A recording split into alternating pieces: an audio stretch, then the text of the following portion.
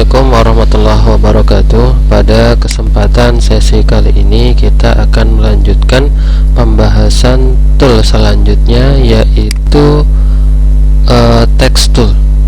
Text tool. Nah, ini dia menunya atau toolnya. Biasanya kalau dalam pembelajaran saya membagi text tool ini dengan tiga sifat teks yang digunakan ketika mendesain di aplikasi CorelDRAW. Nah, yang pertama biasanya saya menyebut dengan sifat teks dasar atau teks bebas. Caranya sama seperti tool-tool sebelumnya, yaitu cukup diklik kemudian arahkan di lembar kerja, silahkan di mana mau diletakkan teks itu, kemudian klik sekali saja, klik seperti ini, maka ada kursor di sana dan ini menandakan bahwa kita sudah siap untuk menulis atau mengetik, misalkan ahsakom. Nah, seperti ini. Apabila teks ini ingin dirubah, ya, dirubah formatnya, entah itu dirubah fontnya, entah itu dirubah size-nya, ukurannya, atau efek-efek yang lain, saya biasanya memilih dulu pick tool. Saya pilih pick tool ini, kemudian saya arahkan ke objeknya. Secara otomatis teman-teman, kalau objek ini diklik, teks ini diklik, maka pengaturan di property bar atau toolbox property ini merupakan pengaturan dari teksnya. Nah, ini pengaturan dari teksnya, pengaturan dari fontnya, ukuran fontnya, kemudian pengaturan-pengaturan yang lain atau format-format yang lain kayak tebal, miring, atau bergaris bawah. Ya, tinggal dipilih aja. Misalkan kalau mau milih jenis fontnya, tinggal diklik saja, klik pilih jenis font yang diinginkan. Misalkan pilih font yang ini, diklik. Nah, seperti ini. Atau merubah ukuran di sini, tinggal diklik saja, dipilih ukuran yang mana yang diinginkan. Misalkan yang ini, diklik saja, klik. Nah, seperti itu. Dan pengaturan-pengaturan yang lainnya. Namun apabila objek teks ini tidak diklik, tidak dipilih seperti ini, maka pengaturan toolbox property kembali pada pengaturan pick tool awal, yaitu mengatur lembar kerja atau mengatur kertas. Tapi kalau misalkan objek ini diklik atau teks ini diklik, maka bagian toolbox property atau property bar ini akan mengarah pada pengaturan teks tersebut. Oke, sifat teks yang kedua yaitu teks paragraf. Biasanya digunakan ketika seorang desainer atau seorang operator ingin membuat sebuah desain contoh, misalkan buletin yang di sana terdapat banyak teks-teksnya panjang atau teksnya banyak. Ya, di sana memasukkan teks yang banyak atau panjang, dia memerlukan tata letak paragraf. Nah, kalau teksnya banyak atau panjang seperti itu, maka kita bisa memanfaatkan teks yang sifatnya paragraf. Gimana cara menggunakannya? Caranya cukup diklik saja teks toolnya, kemudian diarahkan di lembar kerja. Bedanya dengan yang pertama tadi, kalau yang pertama diklik sekali sudah bisa langsung kita ketik. Kalau ini klik tahan dari satu sisi ke sisi yang lain seperti ini. Klik tahan, kemudian dilepas kalau dirasa sudah cukup. Nah, seperti ini. Ini dengan kata lain kita membuat batas pengetikan, ya, batas pengetikan di lembar kerja CorelDRAW. Ini kalau sudah posisinya seperti ini bisa langsung diketik, ya. Dokumen yang perlu diketik. Nah, ini ya dokumen yang perlu diketik. Nah, seperti ini, tinggal langsung ditulis saja.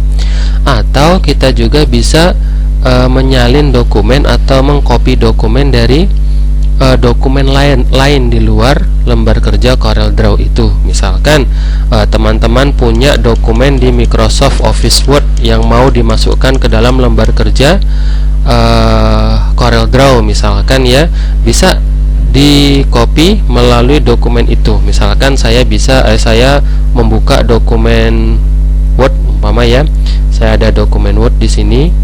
Nah, ini saya blok. Nah, seperti ini. Kemudian saya klik kanan, saya copy. Ya. Nah, saya masuk ke Corel Draw, lembar kerja Corel Draw, kemudian saya pilih edit ya, di dalam lembar kerja ini saya pilih edit, saya pilih paste atau Ctrl+V, ini juga boleh ya, Ctrl+V. Saya klik paste. Biasanya ketika proses penyalinan itu akan muncul beberapa pilihan dalam proses penyalinannya. Ada maintain font and formatting, ada maintain formatting only, ada discard font and formatting. Ini semua memiliki fungsi yang berbeda-beda. Kalau misalkan kita pilih maintain font and formatting, maka font dan format dokumen awal atau dokumen asli akan dijaga. Maksudnya seperti apa? Kalau di dokumen Word ini kita lihat dokumennya jarak spasinya renggang-renggang seperti ini. Kemudian ada beberapa teks ya, ada teks yang bergaris bawah, ada teks yang memiliki efek tebal miring, ada teks yang memiliki efek miring. Ketika dalam penyalinan kita memilih maintain font and formatting, maka semua itu akan dijaga ketika disalin ke lembar kerja Corel Draw-nya. Ketika saya klik OK, maka formatnya tetap akan dijaga oleh Corel ketika disalin di Corel itu sendiri. Itu pilihan yang pertama. Kemudian pilihan yang kedua, paste, pilihan maintain formatting only, berarti dia atau Corel ini nanti ketika menyalin akan menyalin formatnya saja dan mengabaikan fontnya. Fontnya akan dipilih secara default ya, secara acak, langsung menyesuaikan dengan format font bawaan, yaitu Arial ya, Arial. Kalau saya pilih yang ini, saya klik OK, maka fontnya akan berubah. Yang tadinya di dokumen aslinya di Microsoft Office Word-nya itu menggunakan Times New Roman, ketika pindah ke sini menjadi Arial. Tapi format yang lainnya tetap dijaga, garis bawahnya tetap dijaga, efek tebal miringnya tetap dijaga, efek miringnya tetap dijaga. Nah, ini pilihan yang kedua. Kemudian pilihan yang ketiga, ketika disalin atau di paste, itu discard font and formatting. Ini menandakan kalau pilihan ini berarti mengabaikan semua font dan formatnya. Maka ketika nanti masuk ke dalam lembar kerja, maka dia menjadi teks murni yang belum diformat sama sekali. Oke, maka akan menjadi teks seperti ini, belum diformat sama sekali. Nah, itu sifat teks yang kedua. Nah, kalau sudah seperti ini pun ya, font masih bisa dirubah ya, font masih bisa dirubah. Misalkan ingin merubah jenis font dengan pilihan-pilihan yang ada, seperti ini ya, silahkan menyesuaikan. Misalkan seperti ini, tinggal diklik saja, font sudah bisa diubah sesuai dengan keinginan. Kemudian dirubah lagi ukurannya, misalkan diperbesar umpama, juga bisa, tergantung keinginan. Oke, sifat teks yang ketiga yaitu teks pola ya, teks pola. Biasanya ini digunakan ketika seorang itu ingin membuat efek teks mengikuti bentuk atau pola tertentu. Contoh misalkan seperti logo saya ini ya, logo Asacom Design and Printing ini kalau misalkan diperhatikan ada tulisan Asacom Design and Printing, ini dia mengikuti pola melingkar ya, pola melingkar, dan bawah juga sama mengikuti pola melingkar. Nah, ini untuk menggunakan itu di Corel Draw kita menggunakan teks pola. Caranya seperti apa? Pertama, siapkan objek atau polanya terlebih dahulu. Misalkan saya pilih ellipse tool seperti ini. Nah, Kemudian setelah itu saya klik teksnya, text tool. Saya klik, arahkan ke objeknya ini sampai ada tanda seperti ini. Nah, seperti ini dia. Oke, perhatikan ya. Tandanya kursor itu ada simbol A di bawahnya. Kemudian di bawah simbol A itu ada ada kurva, bukan kursor ya, ada kurva yang membentuk huruf S kebalik. Jadi ada kursor, terus di bawahnya ada simbol A, kemudian di bawah simbol A itu ada kurva membentuk huruf S kebalik. Kalau posisinya sudah seperti ini, tinggal diklik aja, klik, maka kursor itu akan mengikuti pola dari objek tersebut. Misalkan saya tulis Ahsakom Design, umpama seperti itu ya, Ahsakom Design.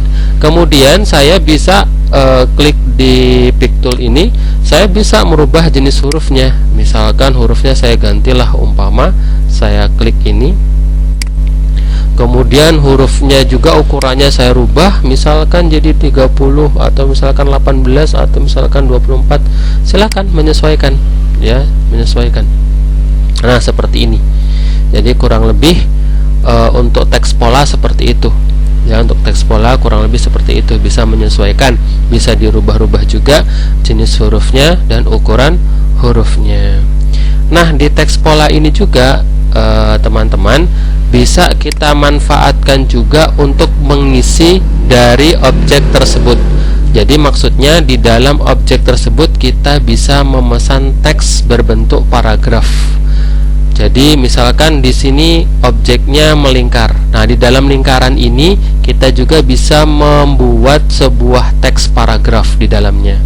Caranya gimana? Caranya cukup klik text toolnya, kemudian arahkan ke objeknya.